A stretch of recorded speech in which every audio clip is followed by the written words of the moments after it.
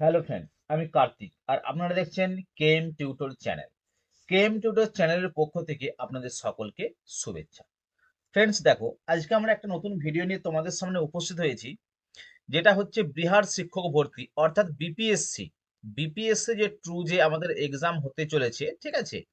BPSC true দেখে নাও, TRE 4.0। অর্থাৎ তোমরা যারা স্টেট কোয়ালিফাই করে আছো, তোমরা যারা এখনো পর্যন্ত দেখে নাও ভালো করে, তোমরা যারা স্টেট বিহারের স্টেট কোয়ালিফাই করে আছো, তোমাদের জন্য নতুন একটা নোটিফিকেশন এসেছে বা অফিসিয়াল অ্যানাউন্সমেন্ট একটা কিন্তু হয়ে গেছে, যে প্রায় ৮০,০০০, দেখে নাও, প্রায় ৮০,০০০ নিউ ভ্যাকেন্সির সাথে কিন্তু এক্সামটা তোমাদের হতে চলছে বিপিএসসি। অর্থাৎ এখানে কারা সুযোগ পাবে? তোমাদের মধ্যে যারা স্টেট কোয়ালিফাই করে আছো তারা কিন্তু এই ফর্মটি ফিল আপ করতে পারবে এবং তোমরা পরীক্ষাটা দিতে পারবে। কত ভ্যাকেন্সি বললাম? প্রায় ৮০,০০০ ভ্যাকেন্সি কিন্তু আমাদের আছে এবং আমাদের ওয়েস্ট বেঙ্গলদের ছাত্রছাত্রীদের জন্য একটা বড় সুযোগ কিন্তু তোমাদের কাছে এসেছে। অর্থাৎ এই পরীক্ষা দিয়ে তোমরা কিন্তু নিজেদের যে একটা পজিশন বা জায়গা কিন্তু তোমরা তৈরি করতে পারো। কিন্তু এই কম্পিটিশনটা কিন্তু খুব জটিল হতে চলেছে, কারণ বহু শিক্ষার্থী, আমার জানা শোনা নেই কেউ এমন যে বিহারে পরীক্ষা দিতে গেছিল স্টেট আর পাস করেনি। অর্থাৎ যারাই পরীক্ষা দিতে গেছে তারাই কিন্তু বিহার স্টেট কোয়ালিফাই করে এসেছে। তাহলে যারা পরীক্ষা দিয়েছে যদি পাস করে, তাহলে প্রত্যেকেই কিন্তু পরীক্ষাতে বসবে এবং কম্পিটিশন লেভেলটা কিন্তু সেই অনুপাতেই তোমাদের হবে। তো আজকে আমরা এখানে যে ভিডিওগুলোটা নিয়ে এসেছি, তোমাদের সিলেবাস এবং এর আগে যে ট্রি, হ্যাঁ, 0.3 যে এক্সামটা হয়ে গেছে, 3 যে এক্সামটা হয়ে গেছে, তার কিছু কোশ্চেন সিলেবাসটা আমরা অ্যানালাইজ করব, যে কোন টপিক থেকে কি কি কোশ্চেন এসেছে, 9-10 এর ক্ষেত্রে কি কি কোশ্চেন ছিল, 11-12 এর ক্ষেত্রে কি কোশ্চেন ছিল। টোটাল যাবতীয় তথ্য নিয়ে আজকে কিন্তু আমরা এখানে আলোচনা করব, আর সিলেবাসটাও তোমাদেরকে দেখিয়ে দেবো যে সিলেবাসটা কি আছে। ক্লিয়ার? তার সাথে বলবো, যারা এখন নিউ বা প্রথম প্রিপারেশন নিতে চাইছো, তারা কিন্তু আমাদের কেএম টিউটরের সঙ্গে যুক্ত হতে পারো। কারণ এখানে যেমন দেখো, আমাদের ডাব্লিউবিপিএসসি যেমন ব্যাচ চলছে, তেমনি কিন্তু আমাদের বিহার, ঠিক আছে, শিক্ষক ভর্তি, যে বিহার শিক্ষক ভর্তির কিন্তু আমাদের ব্যাচ রিসেন্ট শুরু হবে। বিহার শিক্ষক ভর্তির ব্যাচ কিন্তু রিসেন্ট শুরু হবে আমাদের অ্যাপ্লিকেশনের মাধ্যমে। অর্থাৎ কেএম টিউটরের যে অ্যাপস বা অ্যাপ্লিকেশন আছে, ওখানে আমরা ক্লাস করব। আমাদের ওখানে থাকছে কি, লাইভ ক্লাস থাকছে, রেকর্ডেড ভিডিও থাকছে, এক্সাম টেস্ট থাকছে। ওখানে live class, recorded video, exam test, তোমরা এই সুযোগটা কিন্তু বেশি দিন পাচ্ছ না। অর্থাৎ তোমাদের পরীক্ষা এপ্রিল থেকে কিন্তু মে মাসের মধ্যে হবে। এপ্রিল বা মে মাসের মধ্যে কিন্তু তোমাদের এক্সাম হবে। তাহলে তোমরা 2 থেকে 3 মাস টাইম পাবে পুরো প্রসেস বা পুরো সিলেবাসটা কিন্তু কাভার করার জন্য। তার জন্য অতি সত্বর তোমরা প্রিপারেশনটা শুরু করে দাও, যে যেখান থেকে পারছো প্রিপারেশনটা শুরু করো, ঠিক আছে? তা না হলে কিন্তু একবার যদি তোমরা এই প্রিপারেশনটা গাফিলতি করে দাও, তাহলে কিন্তু নেক্সট ইয়ার ছাড়া তোমাদের আর কোনো পথ থাকবে না। আর যারা আমার চ্যানেলের সঙ্গে যুক্ত হতে চাইছো, তারা অবশ্যই চ্যানেলটি সাবস্ক্রাইব করে রাখো।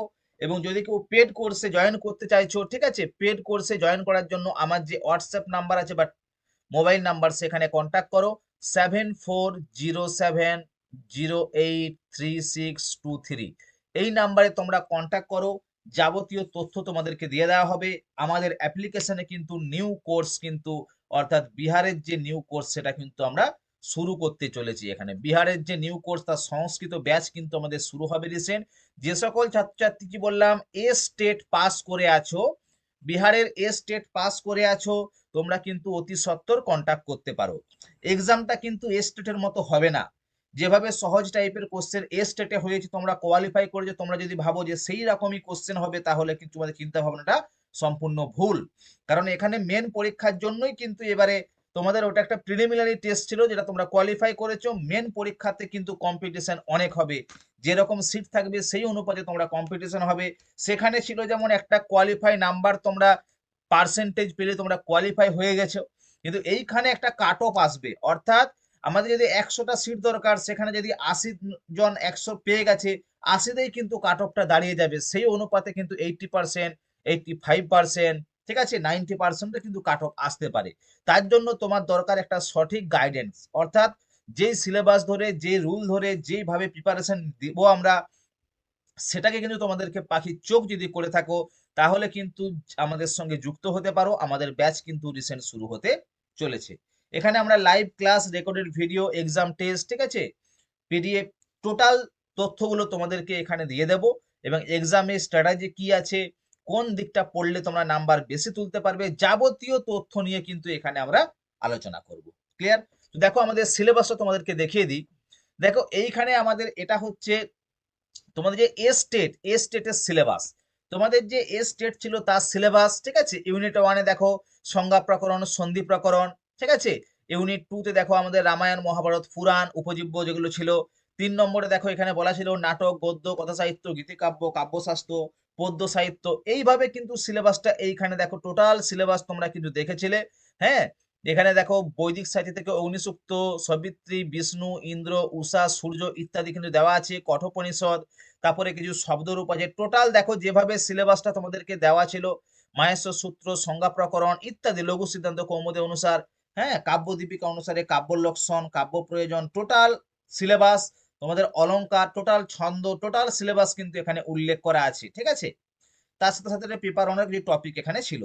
কিন্তু আজকে আমরা দেখবো কি, এখান থেকে আমরা দেখবো যে আমাদের যদি আমরা 9-10-এর জন্য প্রিপারেশন নেই, বা 11-12-এর জন্য আমরা প্রিপারেশন নেই, টিজিটির জন্য বা পিজিটির জন্য, বা 6 to 8, প্রত্যেক ক্ষেত্রেই কিন্তু তোমাদেরকে দেখতে হবে এই যে সিলেবাস, এই সিলেবাসটাই মূলত সিলেবাস, কিন্তু কোশ্চেনটা কিন্তু ডিফারেন্ট টাইপের আসবে। কারণ কোশ্চেনের কিন্তু একটা ভাগ কিন্তু এখানে হয়ে যাবে যে কোন টাইপের কোশ্চেন আসতে পারে।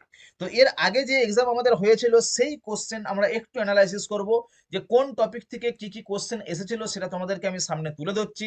আমাদের ক্লাসগুলো কিন্তু সেই অনুপাতেই আমরা করাবো, যে ইউনিটটা আমাদের দরকার সেই ইউনিটে আমরা আগে এটাকে টোটাল ভাগ করে নেব। দেখে নাও তোমরা, এটা আমাদের সিলেবাস তোমাদেরকে আমি দেখালাম।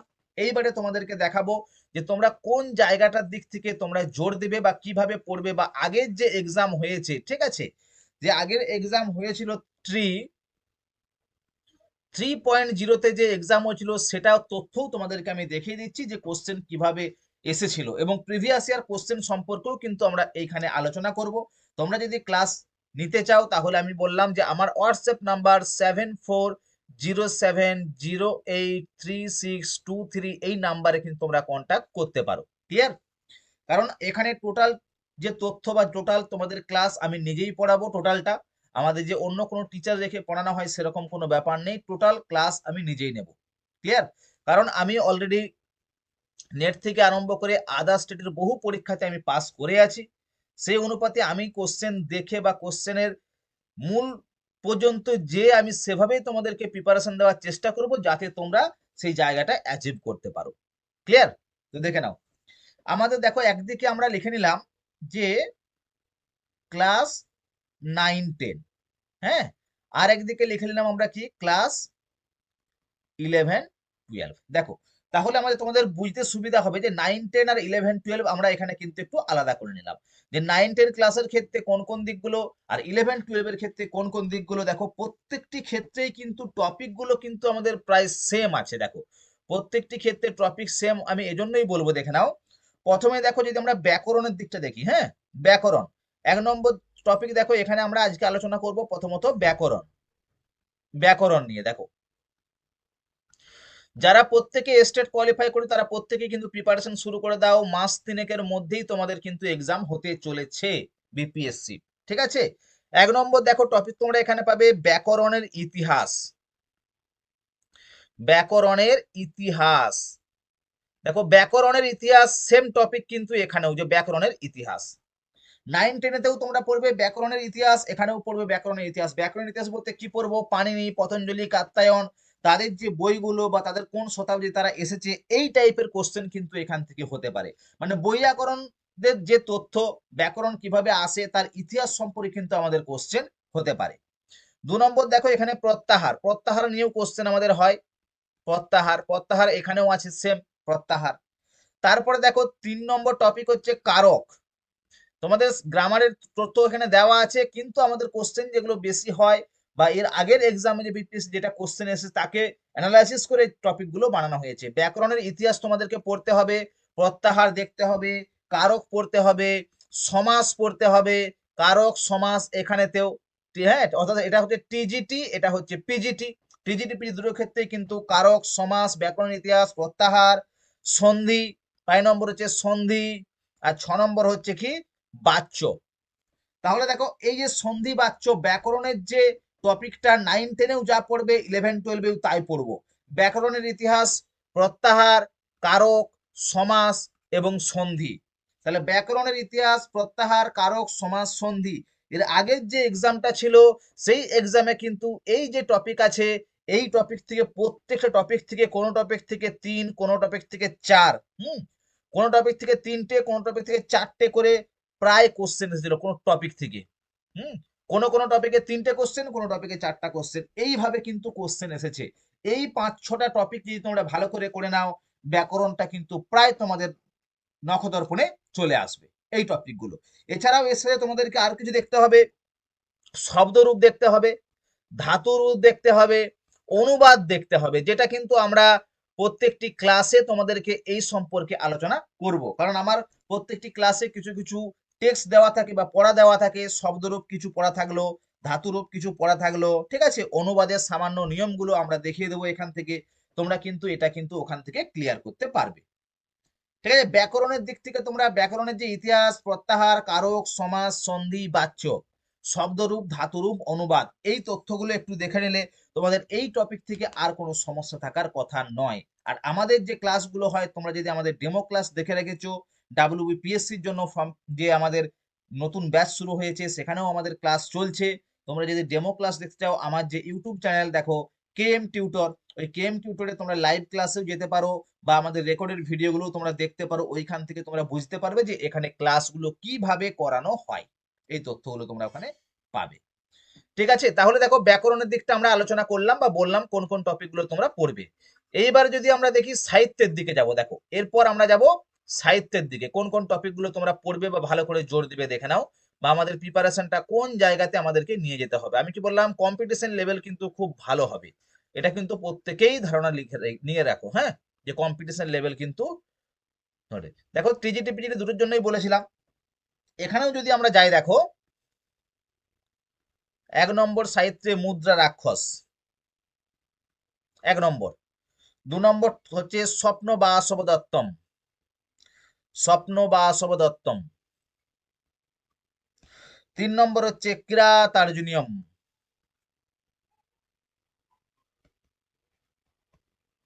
4 নম্বর হচ্ছে উত্তর রামচরিত, উত্তর রামচরিতম। 5 নম্বর হচ্ছে মেঘদূতম, ঠিক আছে, 5 নম্বর হচ্ছে মেঘদূতম। 6 নম্বর হবে রঘুবংশ। 7 নম্বর কি আসবে, 7 নম্বর আসবে শিবরাজ বিজয়ম। আর 8 নম্বর আসবে অভিজ্ঞান শকুন্তলম, অভিজ্ঞান শকুন্তলম। দেখো এই যে টপিকগুলো আছে এগুলো ক্লাস 9-এর জন্য বা 9-10 যেটা তোমাদের টিজিটি এন্ড পিজিটির জন্য কিন্তু খুবই গুরুত্বপূর্ণ। এখান থেকে কিন্তু কোশ্চেন এসেছিল। এখান থেকে প্রত্যেকটা টপিক থেকে একটা বা দুটো, মানে কোনো টপিক থেকে একটি কোশ্চেন, কোনো টপিক থেকে দুটো কোশ্চেন কিন্তু এখানে আমাদের এসেছে এই টপিকগুলো থেকে। কোনোটাতে একটা কোশ্চেন আমরা পেয়েছি, কোনোটাতে দুটো কোশ্চেন আমরা পেয়েছি।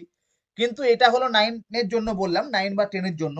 এইবারে দেখো এখান থেকে যদি আমরা ক্লাস 11-12 টিজিটি পিজিটি দেখি, তোমার মুদ্রা রাক্ষস এখানে পড়তে হচ্ছে, স্বপ্ন বাসব দত্তম পড়তে হচ্ছে, কিরাতার্জুনিয়ম পড়তে হচ্ছে, উত্তর রামচরিত পড়তে হচ্ছে, মেঘদূতম পড়ছো তোমরা, তার সাথে সাথে রঘুবংশ তোমরা পড়ছো, শিবরাজ বিজয়ম পড়ছো, অভিজ্ঞান শকুন্তলম পড়ছো, মানে এই টপিকগুলো তোমাকে সবই পড়তে হচ্ছে।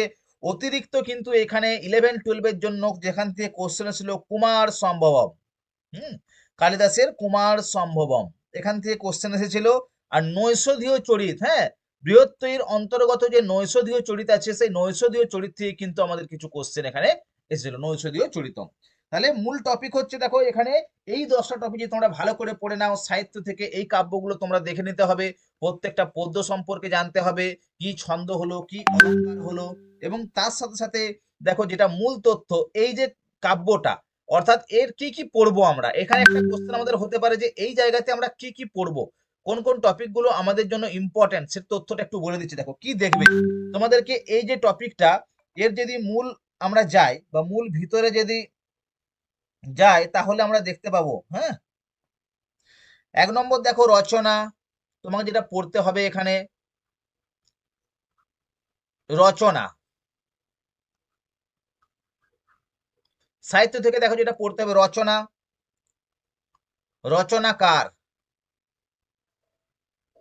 অর্থাৎ ধরো ধরো কোশ্চেন দিল আমাকে কুমার সম্ভবম কার লেখা বা কালিদাসের লেখা কোনটা, এরকম কোশ্চেন। রচনা হতে পারে, রচনাকার পড়তে হবে। কথাবস্তু, রচনা, রচনাকার, কথাবস্তু, তিনটে টপিক এলো এখান থেকে।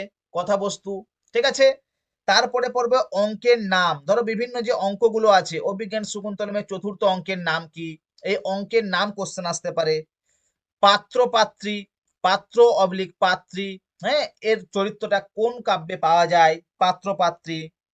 নায়ক নায়িকা, নায়ক নায়িকা, নায়ক কোন শ্রেণীর নায়ক, ধীরদত্ত কে, ধীরোদ্ধত কে, ধীরললিত কে, এইভাবে নায়ক নায়িকা, ঠিক আছে। তার সাথে সাথে বিদূষকের চরিত্র, বিদূষক, অভিজ্ঞান শকুন্তলমের বিদূষক কে, ঠিক আছে, মাধব্য ইত্যাদি। কঞ্চুকির চরিত্র, বিদূষক থাকবে, কঞ্চুকি থাকবে। সাহিত্যের ক্ষেত্রে যে পয়েন্টগুলো আমাদের আসে সেগুলো তোমাকে প্রত্যেকটি পড়তে হবে। এই সব জায়গা থেকে ইত্যাদি, এই যে জায়গাগুলো আছে না, এখান থেকে কিন্তু আমাদের কোশ্চেন আসে। রচনা, রচনাকার, কথাবস্তু, অঙ্ক নাম, পাত্র পাত্রী, নায়ক নায়িকা, বিদূষক, কঞ্চুকি এবং ইত্যাদি যাবতীয় তথ্য কিন্তু এখান থেকে তোমাদেরকে দেখতে হবে। এইখান থেকে কি হয়, হ্যাঁ, এখান থেকে আমাদের প্রত্যেক টপিক থেকে একটা কি দুটো করে কোশ্চেন কিন্তু আমাদের আসবে। দেখো একটা দুটো করে প্রায় কটা 15 কোশ্চেন তোমরা এখান থেকে পেতে পারো এই জায়গা থেকে। এটা সাহিত্যের কি পেলাম, সাহিত্যের ভাগ। সাহিত্যের আরো কিছু ভাগ তোমাদের আছে, সেই জায়গাটাও তোমাদেরকে বলে দিচ্ছি। দেখো সাহিত্যের এছাড়াও দেখো পড়বো অলংকার এবং ছন্দ, এছাড়াও আমরা পড়বো কি অলংকার, ছন্দ।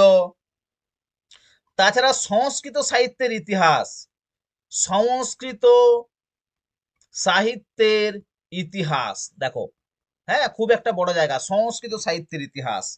হ্যাঁ, রামায়ণ, মহাভারত, মহাভারত, পুরাণ, অর্থাৎ উপজীব্য যে গ্রন্থগুলো।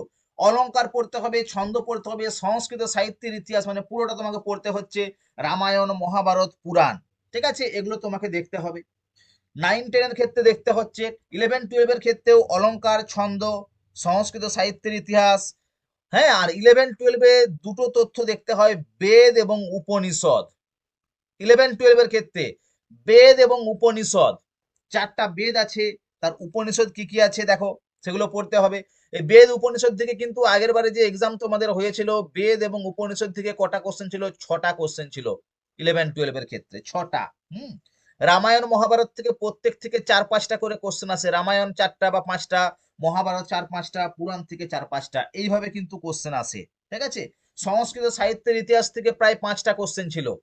হ্যাঁ, সংস্কৃত সাহিত্যের ইতিহাস থেকে 5টা কোশ্চেন ছিল, অলংকার ছন্দ থেকেও 3-4টে কোশ্চেন ছিল, 3 থেকে 4টা কোশ্চেন ছিল অলংকার সাহিত্যের ইতিহাস থেকে। মানে অলংকার, ছন্দ, বেদ, উপনিষদ, সংস্কৃত সাহিত্যের ইতিহাস, প্রত্যেকটা টপিক থেকে কিন্তু আমাদের কোশ্চেন আসে এভাবে। ক্লিয়ার? কারণ এগুলো মানে সাহিত্যের ইতিহাস বলতে কি পড়বো দেখে নাও, ভাস, কালিদাস, অশ্বঘোষ, ঠিক আছে, ইত্যাদির যে কালক্রম, তাদের রচনা কি, যেটা নেটের সিলেবাসে আমরা আছে, নেটের যে সিলেবাস, মানে এক কথায় বলতে গেলে টোটাল নেটের যে সিলেবাস তোমাকে সেটা পুরোটাই পড়তে হবে। কারণ সাহিত্যের দিক থেকেও তোমাকে নেটের সিলেবাসকে ফলো করতে হচ্ছে। তার সাথে সাথে তোমাদের ব্যাকরণ দিক থেকেও কিন্তু যে বৈয়াকরণদের বিভিন্ন নামগুলো তোমাকে পড়তে হচ্ছে, ব্যাকরণ সাহিত্যের ইতিহাস, এগুলো সবই কিন্তু তোমাদেরকে দেখতে হবে।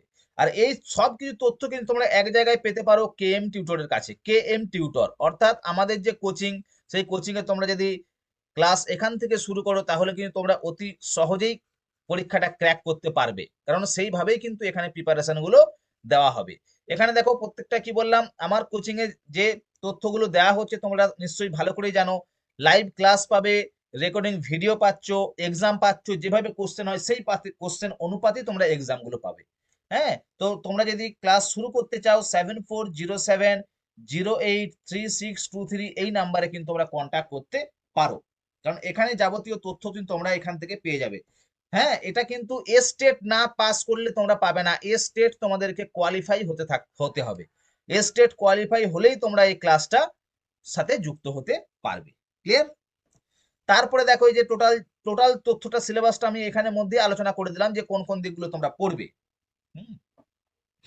এইবারে দেখো আরেকটা তথ্য তোমাদের রয়ে গেল অপঠিত গদ্যাংশ, বা প্যাসেজ যেটাকে বলি। অপঠিত, এটাও কিন্তু খুব একটা গুরুত্বপূর্ণ তথ্য তোমাদের জন্য। অনেকগুলো কোশ্চেন কিন্তু এখান থেকে থাকে। অপঠিত গদ্যাংশ 20 নম্বর থাকবে, 20টা কোশ্চেন থাকবে কিন্তু এখানে, 20 কোশ্চেন। এটা কিন্তু খুবই একটা গুরুত্বপূর্ণ তথ্য। অপঠিত গদ্যাংশ থেকে তোমরা 20টা কোশ্চেন পেতে পারো, মানে 20টা কোশ্চেন থাকে এখানে, 20 নম্বর কিন্তু তোমরা এখান থেকে তুলতে পারো।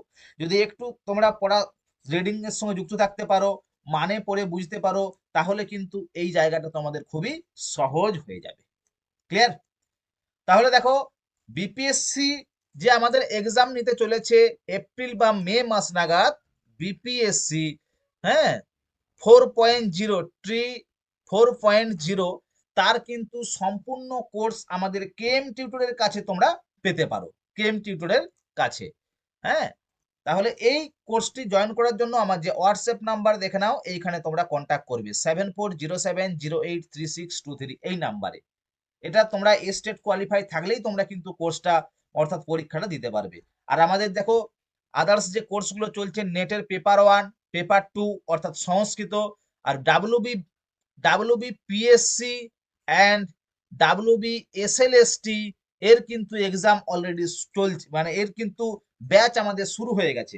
ডাব্লিউবিপিএসসি অ্যান্ড ডাব্লিউবিএসএলএসটির ব্যাচ কিন্তু শুরু হয়ে গেছে। তোমরা চাইলে কিন্তু এখান থেকে ডাব্লিউবিপিএসসি বা এসএলএসটির সাথেও কন্ট্যাক্ট করে তোমরা কিন্তু এখানে জয়েন করতে পারো ক্লাসে। ঠিক আছে? তো যাই হোক, আজকের ভিডিওটা এই পর্যন্তই। আবার কোনো নতুন ভিডিও নিয়ে তোমাদের সামনে উপস্থিত হব। কোনো ইনফরমেশন থাকলে তোমাদের সাথে অবশ্যই সেটা শেয়ার করার চেষ্টা করব। ক্লিয়ার? আজকের ভিডিওটা আপাতত এই পর্যন্ত। নমস্কার।